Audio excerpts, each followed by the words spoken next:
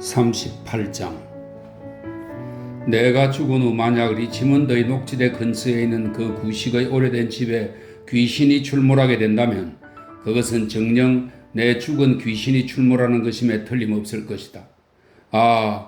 에스텔라가 그 집에 살고 있는 동안 들뜬 내 영혼은 그 얼마나 많은 나날을 그 집 주변에서 밤낮 없이 떠돌았던가. 내 몸뚱이가 어디에 가 있든지 간에 내 영혼은 언제나 그 집 주변을 배회하고 또 배회하고 있었나니.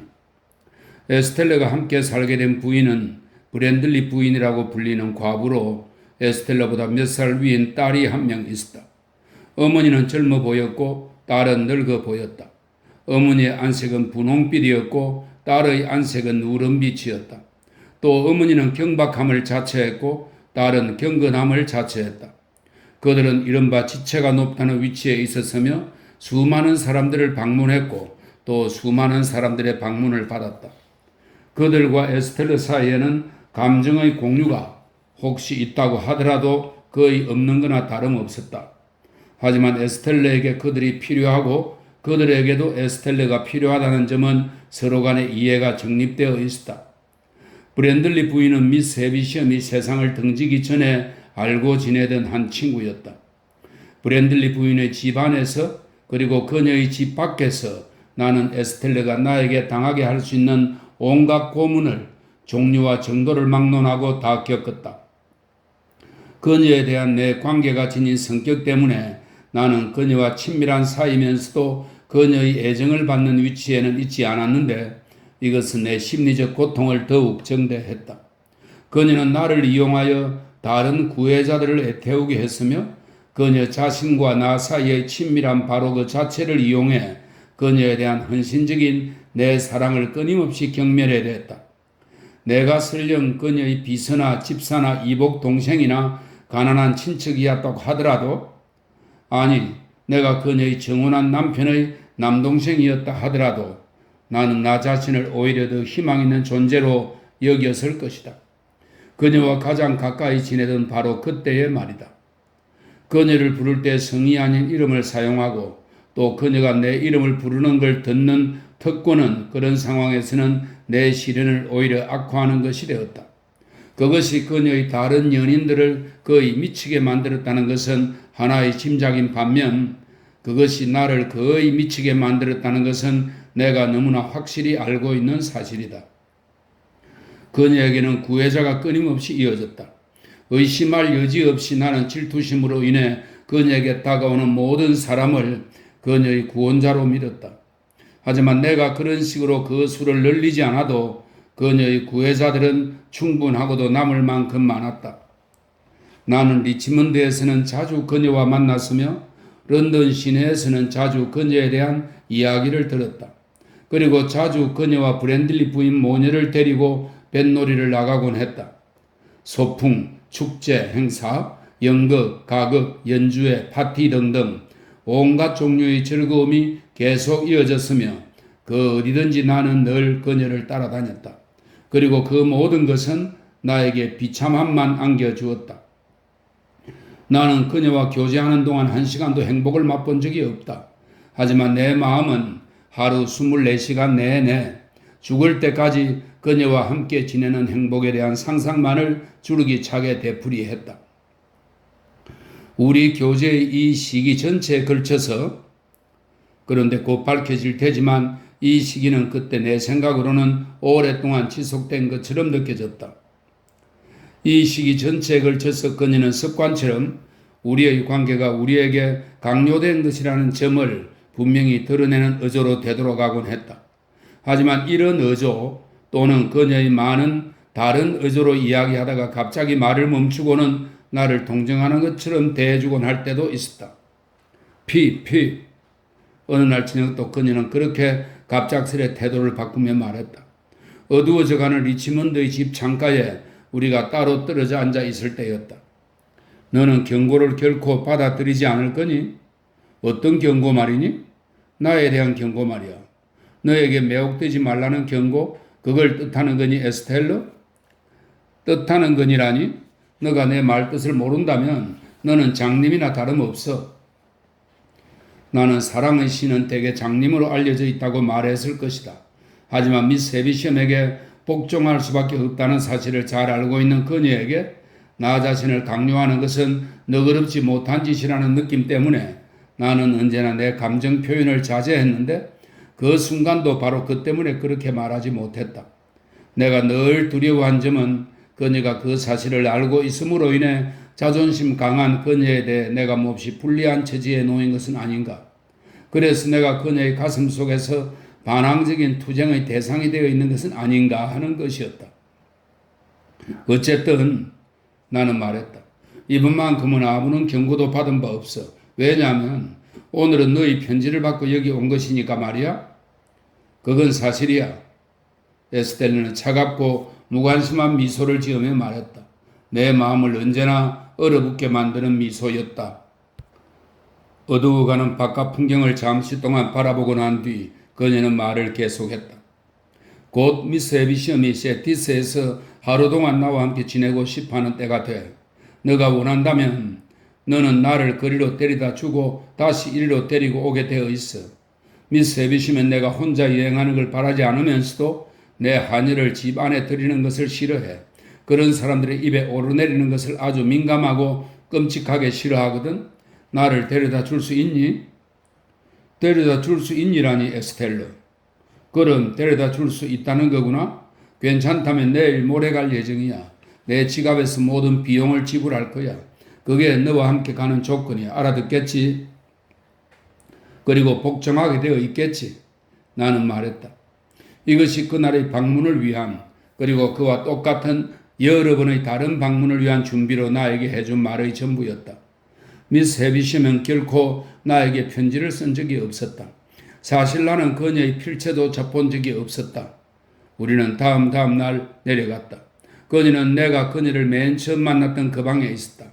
덧붙여 말할 필요도 없이 세티스 하우스는 아무것도 변한 것이 없었다. 미스 헤비시엄은 내가 지난번 마지막으로 두 사람을 함께 보았을 때 그랬던 것보다 훨씬 더 끔찍하게 에스텔레를 애지중지했다. 나는 끔찍이라는 말을 일부러 반복해서 말했는데 그 이유는 그녀의 강렬한 표정과 힘찬 포옹에는 진정으로 끔찍한 무언가가 깃들어 있기 때문이다. 그녀는 에스텔러의 아름다운 동작을 열심히 뜯어보았으며 그녀의 말 한마디 한마디와 동작 하나하나에 온 정신을 집중하여 눈을 떼지 않았다. 그리고 그렇게 그녀를 바라보는 동안 자신의 떨리는 손가락들을 우물우물 씹어대며 앉아 있었는데 마치 자기가 길러낸 그 아름다운 존재를 개걸스레 잡아 먹고라도 있는 것처럼 보였다. 그녀는 에스텔러에게서 눈을 떼고는 나를 바라보았다. 내 가슴 속을 파고들어와 거기에 난 상처들을 살펴보는 것 같은 날카로운 시선이었다. 저 애가 너를 어떻게 대하니 핍? 저 애가 너를 어떻게 대하니 에스텔러가 듣는 데서조차 그녀는 마녀처럼 탐욕스러운 예의 그 태도로 나에게 반복해서 물었다. 하지만 그녀는 밤에 우리가 희미하게 어른거리는 그녀의 난로불 옆에 앉아있을 때 특히나 더 소름 끼쳤다. 그때 그녀는 에스텔러의 팔을 자기 팔로 감고는 그녀의 손을 자기의 손에 꽉 움켜쥔 채 에스텔러가 정기적으로 보낸 편지 내용을 되살려 언급함으로써 그녀로 하여금 그녀가 매혹한 남자들의 이름과 신분 따위를 일일이 고하도록 강요했다. 그런 다음 그녀는 정신적으로 치명적인 상처와 병을 지닌 사람의 강렬한 태도로 그 명부를 곰곰이 생각하면서 목발 지팡이에 다른 한 손을 올려놓고 그 위에 턱을 괜 채 퀭하니 형형한 두 눈으로 나를 노려보며 앉아 있었는데 그 모습은 그야말로 유령이 따로 없었다. 나는 이 모든 것에서 깨달았다. 비록 그 때문에 비참한 심정이 되었고 또 그것으로 인해 내 종속된 처지를 새삼 통렬하게 의식하고 심지어 비하감까지도 통렬하게 느꼈지만 나는 이 모든 것에서 깨달았다. 에스텔러가 남자들에 대한 미스 헤비시엄의 원한을 풀어줄 도구로 의도되어 있다는 것과 에스텔러가 일정 기간 동안 그런 의도를 만족시켜 주기 전까지는 나한테 주어지지 않으리라는 것을 나는 이 모든 것에서 깨달았다. 왜 내가 그녀의 상대로 미리 정해져 있는지를, 남자를 매혹하고 고문하고 해를 끼치도록 그녀를 세상에 내보낼 때 미스 헤비심은 그녀가 모든 구애자들의 손이 닿지 못하는 곳에 있으며 그래서 그녀를 차지하려는 경쟁에 뛰어든 모든 남자들은 필연적으로 실패하게 되어 있다는 악의적인 확신을 가지고 그럴 수 있었던 것이다. 나는 이 모든 것에서 깨달았다. 비록 상을 탈 성자로 예정되어 있지만 나 역시 교묘하고 뒤틀린 술책에 의해 그동안은 고통당하게 되어 있다는 사실을 나는 이 모든 것에서 깨달았다. 내 문제가 왜 그토록 오랫동안 유보되어 있는지와 내 후기인이 왜 얼마 전에 그런 계획을 알고 있다고 공식적으로 인정하기를 거부했는지를. 요컨대 나는 이 모든 것에서 그 순간 바로 거기 내 눈앞에 이미 드러나 있고 또 이전에도 언제나 내 눈앞에 드러나 있던 미스 헤비심의 실체를 분명히 깨달았다. 그리고 나는 이 모든 것에서 그녀의 삶을 태양으로부터 차단하고 있는 그 어둡고 병든 집의 그림자를 분명히 깨달았다. 그녀의 이 방을 밝혀주는 촛불들은 벽에 붙은 장식 촛대에 꽂혀 있었다. 그것들은 방바닥에서 높이 떨어져 있었으며 환기되는 법이 거의 없는 공기 속에서 답답하고 맥없는 불빛을 억지로 비추고 있었다. 고개를 돌려 그것들과 그것들이 내는 창백하고 어두운 불빛과 멈춘 괴종시계와 탁자와 방바닥에 떨어져 있는 빛바랜 신부복 장신구들과 난로불 빛에 의해 커다랗고 유령 같은 그림자를 천장과 벽에 던지고 있는 그녀 자신의 끔찍한 형상을 차례로 둘러보았을 때 나는 그 모든 것에서 내가 마음속으로 내린 그 해석이 되살아나 나에게로 던져지는 것을 느꼈다. 내 생각은 식탁에 음식이 차려져 있는 청계참 건너의 그 커다란 방으로 옮겨갔다.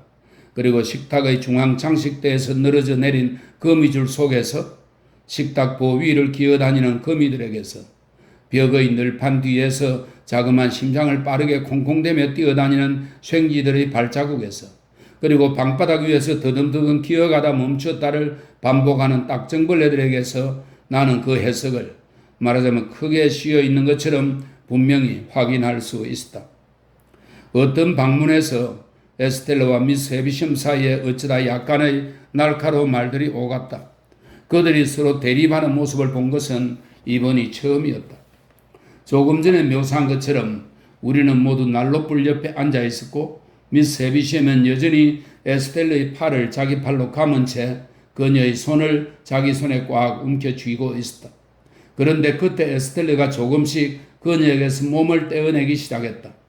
그녀는 이미 짜증스러운 듯한 거만한 표정을 두어 번 지어 보였으며 미스 헤비심의 그 사나운 애정에 대해 그걸 받아들이거나 응답하기보다는 참고 견디는 듯한 태도를 줄곧 취하고 있었다. 이게 뭐냐? 미스 헤비심이 번뜩이는 눈빛으로 에스텔라를 노려보며 말했다. 너는 내가 실증난 거니? 저 자신에 대해 좀 실증났을 뿐이에요. 에스텔라는 그렇게 말하며 팔을 풀고는 커다란 벽난로 선반 쪽으로 옮겨갔다. 그러고는 거기 서서 난로불을 내려다 보았다. 솔직히 말해 이 배은망덕한 것아. 미스 헤비심은 지팡이로 바닥을 격렬하게 내려치면서 말했다. 넌 내가 실증난 거야. 에스텔리는 더할 나위 없이 침착한 태도로 그녀를 한번 바라보았다. 그러고는 다시 불을 내려다 보았다. 그녀의 우아한 자태와 아름다운 얼굴은 상대방의 거친 흥분에 대한 냉정한 무관심을 그대로 드러내고 있었는데 그것은 거의 잔인할 정도였다. 이 목석 같은 것, 미스 헤비심이 격하게 외쳤다. 이 냉정하게 거지없는 계집애. 뭐라고요? 에스텔리는 무관심한 태도를 그대로 유지한 채 커다란 벽난로 선발에 몸을 기대고 그저 눈만 움직이며 말했다. 지금 저보고 냉정하다고 비난하시는 거예요? 어머니께서 말이에요? 그럼 안 그렇단 말이냐? 사나운 대꾸가 튀어나왔다. 어머니께서는 아셔야만 해요. 에스텔라가 말했다. 저는 어머니께서 만들어낸 존재라는 것을 말이에요. 칭찬이든 비난이든 성공이든 실패든 전부 다 어머니 몫이에요. 말하자면 내 모든 것이 어머니의 몫인 거예요. 저것 좀 봐, 저것 좀. 미스 헤비심은 사무치는 분노로 소리쳤다. 저것 좀 봐. 자기를 키워준 이 난로가에서 저렇게 무정하고 배은망덕하게 굴다니 이 가련한 가슴이 처음 상처받고 피를 흘리고 있을 때 자기를 품 안에 받아들여 이 난로가에서 여러 해 동안 그토록 깊은 애정을 쏟아부어 주었건만 저렇게 굴다니. 적어도 저는 그 계약에 자발적으로 참여하지는 않았어요. 에스텔레는 말했다. 그 계약이 맺어졌을 때 제가 비록 긋고 말할 수는 있었지만 그 밖에는 다른 도리가 없었으니까요. 하지만 어머니는 무엇을 바라는 거죠? 어머니는 저에게 매우 잘해 주셨고 저는 모든 것을 어머니에게 비치고 있어요. 그러니 자, 무엇을 바라는 것이요? 사랑을 바란다. 미스 헤비심은 대답했다. 그건 이미 받고 계시잖아요. 아니야, 받지 못했어. 미스 헤비심이 말했다. 양어머니, 에스텔리는 차분하고 우아한 태도를 조금도 잃지 않고 상대방처럼 목소리를 높이는 것도 전혀 없이 그리고 분노와 애정의 감정에 전혀 이끌리지 않은 채 대꾸했다. 양어머니, 저는 모든 것을 어머니께 비치고 있다고 방금 말했어요. 제가 소유한 것은 모두 다 어머니 마음대로 하실 수 있지요. 어머니께서 저에게 주신 것은 모두 말씀만 하시면 언제든 돌려받으실 수 있어요. 그 이상은 저는 가진 게 아무것도 없어요. 어머니께서 저에게 주지 않은 것을 달라고 요구하시면 그건 제가 아무리 감사하고 순종하는 마음일지라도 응할 수 없는 불가능한 일이에요. 내가 저에게 사랑을 베풀어 주지 않았다고 말하다니. 미스 헤비심은 나를 거칠게 돌아보며 소리쳤다. 내가 질투와도 구분할 수 없고 날카로운 고통과도 구분할 수 없을 만큼 뜨거운 사랑을 언제나 베풀어 주었건만 저애가 이런 식으로 나한테 말하다니. 차라리 나보고 미쳤다고 하렴. 미쳤다고 말이야? 세상에 하고 많은 사람들 중에서 하필 왜 어머니 보고 미쳤다고 하겠어요? 에스텔레는 대답했다. 어머니께서 얼마나 확고한 의도를 가지고 계신지 제 반만큼이라도 아는 사람이 이 세상 어디에 있을까요? 어머니께서 얼마나 견실한 기억력을 가지고 계신지 제 반만큼이라도 아는 사람이 이 세상에 어디 있을까요? 바로 이 난로가의 거기 어머니 곁에 아직도 있는 그 자그마한 글상에 앉아서 어머니의 낯선 얼굴이 나를 무섭게 했을 때부터 어머니의 가르침을 받고 어머니 얼굴을 올려다보며 자라온 제가 아니던가요? 그렇게 금세 잊어버리다니. 미스 헤비심은 신음하듯 말했다. 그때를 그렇게 금세 잊어버리다니. 아니에요. 잊지 않았어요. 에스텔레는 대꾸했다. 잊지 않고 제 기억 속에 깊이 간직해 두었어요. 제가 언제 어머니의 가르침에 어긋난 적이 있던가요? 제가 언제 어머니의 교훈을 소홀히 한 적이 있던가요? 제가 언제 여기 이곳에. 그녀는 손을 자기 가슴에 대며 말했다. 어머니께서 배척하신 것을 조금이라도 받아들인 적이 있던가요? 저렇게 그만할 수가. 저렇게 말이야.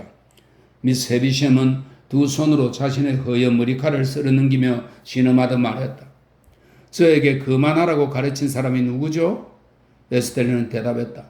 제가 그 가르침을 잘 배워 실천했을 때 저를 칭찬한 사람이 누구죠? 저렇게 무정하다니. 저렇게 말이야.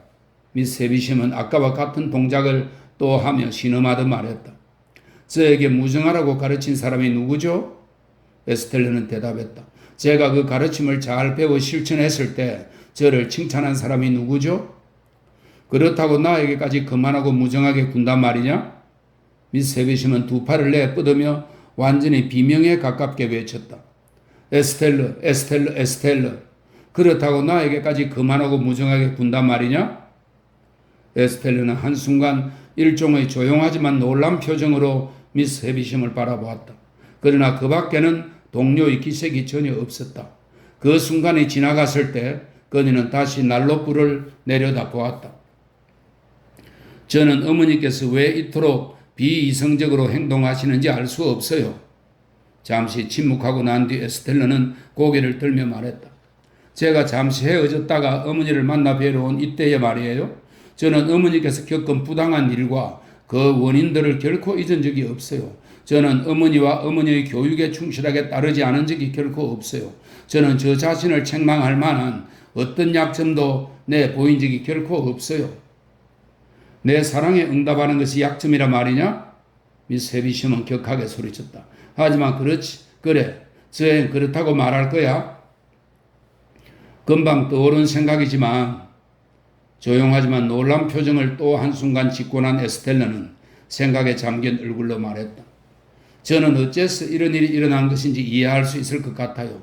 어머니께서 가령 양녀로 삼은 딸을 이 어두운 방에 완전히 가두어 놓은 상태로 기르면서 햇빛에 비친 어머니 얼굴을 못 보는 것은 물론이고 햇빛 같은 것이 존재한다는 사실조차 전혀 모르게 했다고 가정해요. 그리고 그렇게 그녀를 길러놓고 나서는 어떤 목적 때문에 그녀가 햇빛을 이해하고 또 햇빛에 대한 모든 것을 알고 있기를 바랐다고 가정해요. 그럴 경우 어머니는 과연 실망하고 화를 내시겠어요? 미스 에비심은 머리를 두 손으로 감싼 채 나지막한 신음소리를 내며 의자 위에서 몸을 흔들어댔다. 하지만 아무런 대답도 하지 않았다. 또는 에스텔레는 말했다. 좀 더 사실에 가까운 것일 텐데 어머니께서 가령 그녀의 지력이 막 생기기 시작했을 때부터 어머니의 온 힘과 정력을 바쳐서 그녀에게 햇빛 같은 것이 존재하긴 하지만 그것은 그녀의 원수이자 파괴자가 되도록 되어 있다고. 그래서 그것을 언제나 적대시해야 한다고. 그렇지 않으면 그것이 그녀를 말라 죽게 할 것이며 실제로 그것은 어머니 자신을 말라 죽게 했다고 가르쳤다고 가정해요. 그리고 그렇게 한 다음 어떤 목적 때문에 그녀가 그 햇빛을 자연스럽게 좋아해 주기를 원했는데 그녀가 그렇게 할 수 없었다고 가정해요. 그럴 경우 어머니는 과연 실망하고 화를 내시겠어요? 미스 에비심은 주의 깊게 들으며 앉아 있었다. 하지만 여전히 아무런 대답도 하지 않았다. 그러므로 에스텔레는 말했다. 어머니께서는 저를 만들어진 그대로 받아들이셔야만 해요. 성공도 제 것이 아니고 실패도 제 것이 아니에요. 하지만 그 둘이 합쳐져서 저를 이루고 있어요. 미스 에비심은 어떻게 그랬는지는 나도 잘 모르겠는데 그때쯤 바닥에서 떨어져 내려 거기에 흩어져 있는 빛바랜 신부용품의 잔재들 사이에 주저앉아 있었다. 나는 그 순간을 이용해 방에서 나왔다. 다만 그러기 전에 에스텔레에게 손짓으로 미스 에비심한테 주의를 좀 기울이라는 부탁을 전했다. 내가 방을 떠날 때 에스텔레는 처음부터 내내 그랬던 것처럼 커다란 그 벽난로 선반 옆에 여전히 서 있었다. 미스 에비심의 허연 머리카락은 온통 풀어에 젖은 채 바닥의 신부용품들 잔해 사이에 흩어져 있었는데 그것은 눈으로 보기에 참으로 비참한 광경이었다. 나는 우울한 마음으로 별빛 속에서 한두 시간 동안 앞마당과 양조장과 폐허가 된 정원 주변을 이리저리 거닐었다. 내가 마침내 용기를 내어 다시 방으로 돌아갔을 때 에스텔레는 미스 에비심의 무릎 앞에 앉아서 낡은 옷을 바늘로 꿰매고 있었다. 그것은 너덜너덜해져가는 낡은 옷가지들 가운데 하나였는데 그 후로 나는 성당에 걸린 빛발의 누더기 같은 낡은 깃발들을 보면 자주 그 옷들이 생각나곤 했다. 에스텔레와 나는 나중에 옛날처럼 카드 놀이를 했다. 우리는 이제 솜씨가 좋았고 그래서 프랑스 게임을 했다. 그렇게 저녁 시간이 지나갔고 나는 잠자리에 들었다. 나는 앞마당 건너편에 있는 그 독립된 건물에서 잤다. 내가 세티스 하우스에서 잠을 자게 된 것은 이번이 처음이었다. 그래서인지 잠이 올 기미가 보이지 않았다. 수백 수천 명의 미스 에비심이 내 눈앞에 자꾸만 나타났다. 그녀는 내 베개 이쪽에 있었고 저쪽에도 있었다. 침대 머리맡에도 있었고 침대 발치에도 있었으며 옷 갈아입는 방의 반쯤 열린 문 뒤에도 있었고 그 방 안에도 있었다. 그리고 머리 위층의 방에도 있었고 아래층 방에도 있었다. 그녀는 모든 곳에 있었다. 마침내 밤이 새벽 2시를 향해 지루하게 기어가고 있을 무렵 나는 잠잘 장소로 그곳을 도저히 더 이상 견딜 수 없다고 느끼고는 침대에서 일어나지 않으면 안 되겠다고 생각했다. 그래서 나는 침대에서 일어나 옷을 입고 밖으로 나와 마당을 가로질러 간 다음 돌이 깔린 긴 통행로로 들어섰다. 바깥의 앞마당으로 나가서 산책하며 마음을 가라앉히려는 의도에서였다. 하지만 돌이 깔린 통행로에 들어서자마자 나는 촛불을 끄고 말았다. 왜냐하면 미스 에비심이 나지막한 비명소리를 내며 그 길을 따라 유령 같은 모습으로 걸어가는 것이 보였기 때문이다. 나는 멀찌감치 그녀를 따라갔다. 그리고 그녀가 청계를 올라가는 것을 보았다. 그녀는 촛대가 없는 맨 촛불을 손에 들고 있었다. 아마 자기 방의 장식 촛대 가운데 하나에 있던 것을 뽑아온 것일 텐데 촛불에 비친 그녀는 참으로 귀신 같은 모습이었다. 청계의 맨 아래에 멈춰선 나는 그녀가 방문을 여는 것을 보지 않고서도 피로연이 차려진 그 큰 방의 곰팡내 나는 공기를 느낄 수 있었다. 곧 그녀가 그 방을 걸어다니는 소리가 들려왔으며 자신의 방으로 건너갔다가 잠시 후 또다시 그 피로연 방으로 돌아가는 소리가 들려왔다. 그러는 동안 그녀의 나지막한 비명소리는 조금도 그치지 않았다. 얼마 후 나는 어둠 속에서 밖으로 나가든지 내 침소로 돌아가든지 하려고 움직여 보았다. 하지만 밝아오는 몇 줄기의 아침 빛이 비쳐들어 손을 어디에 짚어야 할지 알 수 있을 때까지 나는 아무것도 할 수 없었다. 그러는 동안 내내 내가 층계의 맨 아래로 다가갈 때마다 그녀의 발소리는 계속 들려왔으며 촛불빛이 위에서 오락가락하는 것도 계속 보였으며 그녀의 나직한 비명소리도 쉴 새 없이 들려왔다. 다음날 우리가 떠나기 전까지 그녀와 에스텔레 사이의 불화는 더 이상 재발하지 않았다. 또한 그 후 그와 비슷한 다른 경우에도 그런 일은 다시는 재발하지 않았는데 내가 기억하는 한 그와 비슷한 경우가 4번 정도 있었다. 에스텔레를 대하는 미스 헤비심의 태도 또한 달라진 것이 아무것도 없었다. 다만 내가 믿기로 무언가 두려움 같은 것이 이전의 특징들 사이에 섞여든 것처럼 보였을 뿐이다. 벤틀리 드러머의 이름을 언급하지 않고 내 인생의 한 페이지를 넘기는 것은 불가능하다.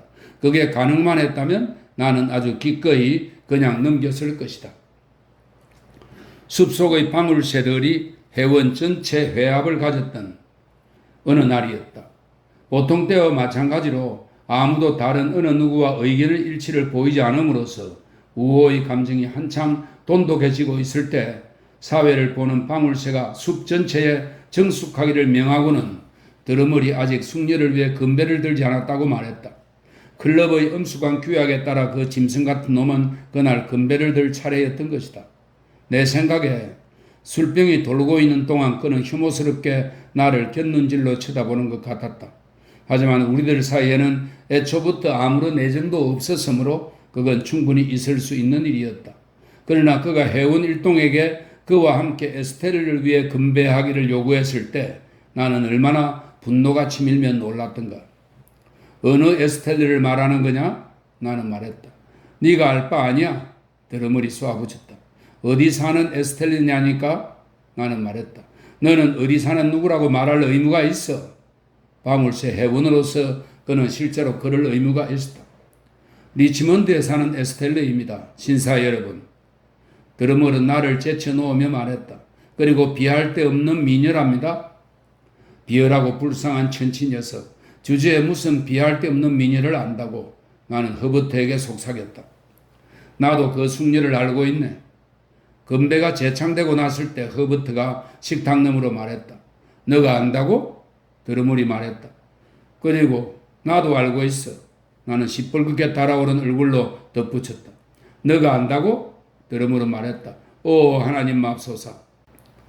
그 둔한 녀석이 할 줄 아는 대꾸는 유리잔이나 사기그릇 따위를 던지는 것 말고는 이런 말뿐이었다. 하지만 나는 그가 재치있게 가시도 친 조롱이라도 던진 것처럼 그 말에 크게 격분했다. 그래서 숲을 동원하여 우리는 언제나 의회에서 쓰는 투의 멋있는 표현으로 숲에 등원한다라고 말했다. 그래서 숲에 등원하여 자기가 전혀 알지 못하는 숙녀를 위해 건배를 들자고 제안하는 것은 존경할 만한 방울새답지 못한 뻔뻔한 행위라고 여기지 않을 수 없다고 말했다. 이 말에 드러멀은 자리에서 벌떡 일어서며 그게 무슨 뜻이냐고 물었다. 나는 그에게 내 연락처가 어딘지 알 줄로 믿는다는 극단적인 대답을 했다. 이런 일이 있은 후 피를 흘리지 않고도 계속 그대로 지내는 것이 기독교 국가에서 가능한가 하는 것은 방울새들 사이에 의견이 갈린 문제였다. 실제로 그것에 대한 토론의 열기가 너무나 뜨거워져서 논쟁 도중에 적어도 다른 6명의 존경할 만한 회원이 또 다른 6명의 회원들에게 자신의 연락처가 어딘지 알 줄로 분명히 믿는다고 말했다. 그러나 마침내 만약 드러멀 씨가 그 숙녀와 알고 지내는 영광을 누리고 있다는 아무리 작은 증명이라도 그녀에게서 받아온다면 피입 씨는 신사로서 그리고 방울새로서 그처럼 격렬한 감정을 분출한 행위에 대해 유감을 표명해야 한다고 결정되었다.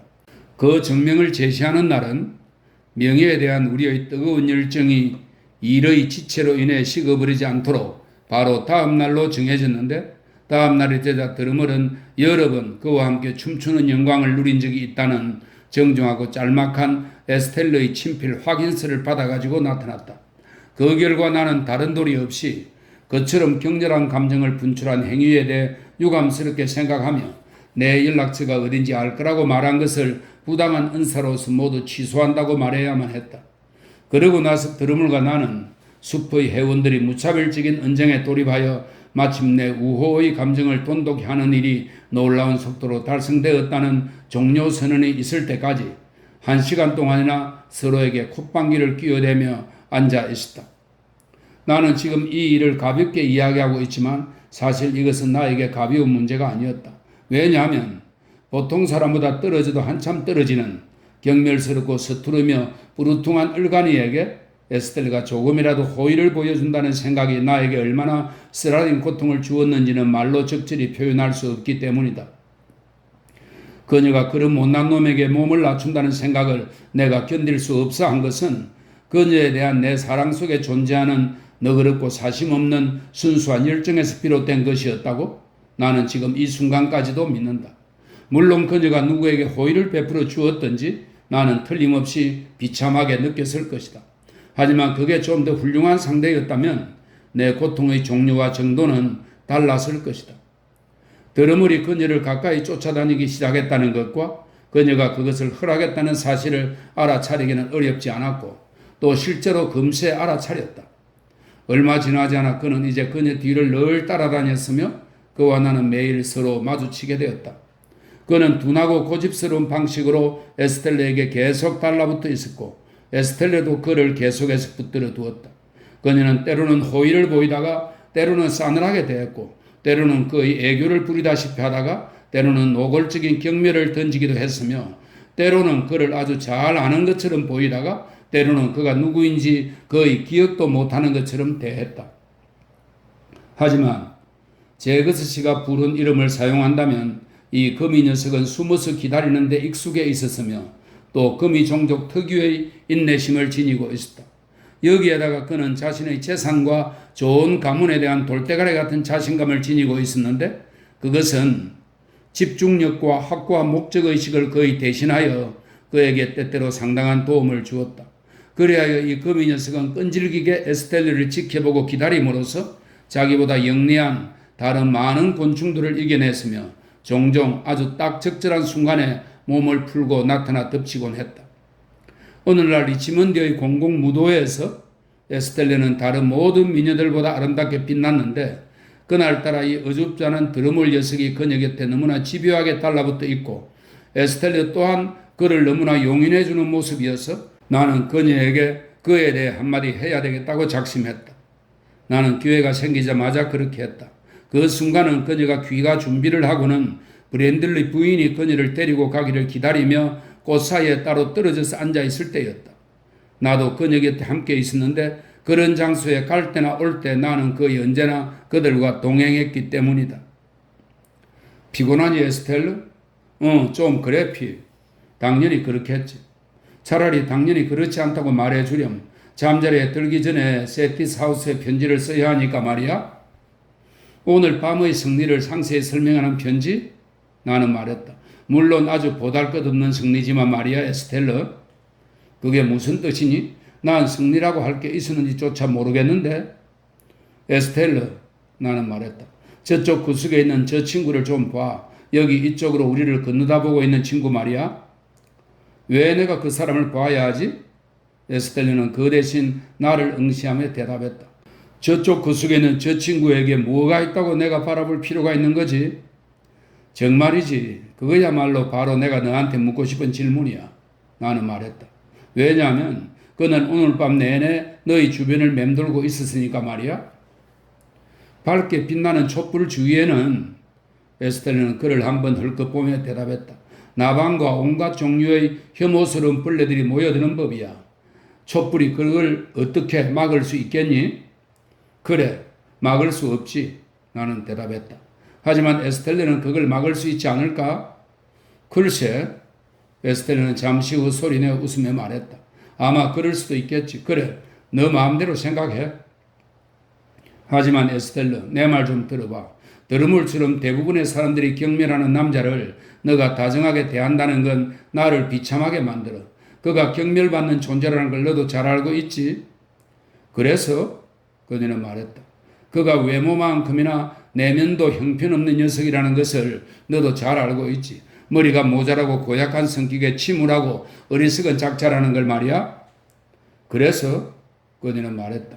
돈과 멍청한 조상들의 가소로운 족보 빼고는 그에게 내세울 만한 것은 아무도 없다는 걸 너도 잘 알고 있지. 자, 그렇지? 그래서 그녀는 다시 말했다. 그리고 그 말을 할 때마다 그녀는 아름다운 두 눈을 점점 더 크게 떴다. 그 외마디 대답 이상의 반응을 끌어내지 못하는 어려움을 극복하기 위해 나는 그 말을 그녀에게서 가로챘다. 그러고는 힘주어 되풀이하며 말했다. 그래서 뭐냐면 나를 비참하게 만드는 이유가 바로 그것이다. 이 말이야. 그런데 그녀가 정말 나를 비참하게 만들려는 생각으로 드러머에게 호의를 보이는 거라고 내가 조금이라도 믿을 수 있었다면 나는 그 문제를 대하는 심정이 좀 나았을 것이다. 하지만 그녀는 특유의 그 습관적인 태도로 나를 너무나 완전히 관심 밖의 존재로 치부하고 있었으므로 그런 종류의 믿음은 전혀 불가능했다. 에스텔라는 방 건너편으로 시선을 한번 헐끗 던지면서 말했다. 내 행동이 너에게 끼치는 영향에 대해 그렇게 바보같이 굴지 마. 그 영향은 다른 사람이 받을 수도 있고 실제로 그게 바로 내 의도라고도 할 수 있어. 그건 논의할 가치가 없는 문제야. 아니야, 가치가 있는 문제야. 나는 말했다. 왜냐하면 나는 사람들이 저 여자는 자기의 우아한 미모와 매력을 한갓 을간이한테 헛되이 내버리고 있군. 사람들 중 가장 열등한 사내에게 말이야 라고 말하는 걸 참을 수 없기 때문이야. 나는 참을 수 있는 걸. 에스텔르 제발 그렇게 그만하게 고집스럽게 굴지 마. 어이구, 이번엔 나를 그만하고 고집스럽다고 부르는군. 에스텔르는 양손을 벌리며 말했다. 바로 조금 전엔 을간이한테 몸을 낮춘다고 비난해 놓고서는 말이야. 너가 그런다는 것은 틀림없는 사실이잖아. 나는 다소 허둥대며 말했다. 바로 오늘 밤만 해도 너는 그 녀석에게 상냥한 표정과 미소를 보여주었잖아. 나한테는 결코 보여주지 않는 그런 표정과 미소를 말이야. 그럼 너는 에스텔르는 갑자기 고개를 돌리더니 환한 표정은 아니지만 정색한 얼굴로 빤히 바라보며 말했다. 내가 너를 거짓으로 유혹하고 속이기를 원하니? 그럼 너는 지금 그를 거짓으로 유혹하고 속인다는 거니? 에스텔르? 그래. 그리고 다른 많은 남자들에게도 그래. 너만 빼고 모두에게 말이야. 브랜들리 부인이 저기 오는구나. 그만 말하자. 내 온 마음을 그토록 사로잡고 있던 그리고 내 마음을 그토록 자주 아프고 또 아프게 했던 주제에 내 이야기의 한 장을 바쳤으니 이제 나는 더 이상의 걸림돌 없이 그보다 훨씬 더 오랫동안 내 삶에 드리워져 있던 사건으로 넘어가겠다. 이 사건은 내가 이 세상에 에스텔르가 존재한다는 것을 알기 전에 그리고 그녀의 애띤 머리가 미스 헤비심의 파괴적인 손으로부터 왜곡된 가르침을 처음으로 받던 시절에 준비되기 시작한 사건이다. 동양의 한 이야기에서 정복의 기쁨에 한껏 취한 자들의 호화로운 침상에 떨어지게 될 무거운 석판은 채석장에서 천천히 만들어진다. 그리고 그것을 적당한 위치에 붙들어 맬 밧줄을 연결할 지하 통로도 수 킬로미터나 되는 바위 속을 통해 천천히 뚫어진다. 그 다음 석판은 천천히 들어올려져서 지붕에 끼워 맞춰지며 이어서 밧줄이 그것에 꿰어진 다음 그 밧줄은 수 킬로미터나 되는 지하 통로를 통해 천천히 당겨져 커다란 쇄골이에 연결된다. 이 모든 준비가 엄청난 노동을 통해 완료되고 마침내 때가 되자 술탄은 한밤중에 잠에서 깨워지고 밧줄을 그 커다란 쇄골이에서 잘라버릴 날카로운 도끼가 그의 손에 쥐어진다. 술탄은 즉시 그것으로 밧줄을 내리치고 밧줄은 끊어져 순식간에 끌려가 버리며 그와 동시에 천장은 떨어져 내린다. 내 경우도 바로 그랬다. 모든 일이 즉 가깝든 멀든 목적을 위해 진행되던 모든 준비 작업이 완료되었다. 다음 순간 마지막 남은 일격이 가해졌고 내 성체의 지붕은 내 머리 위로 무너져 내렸다.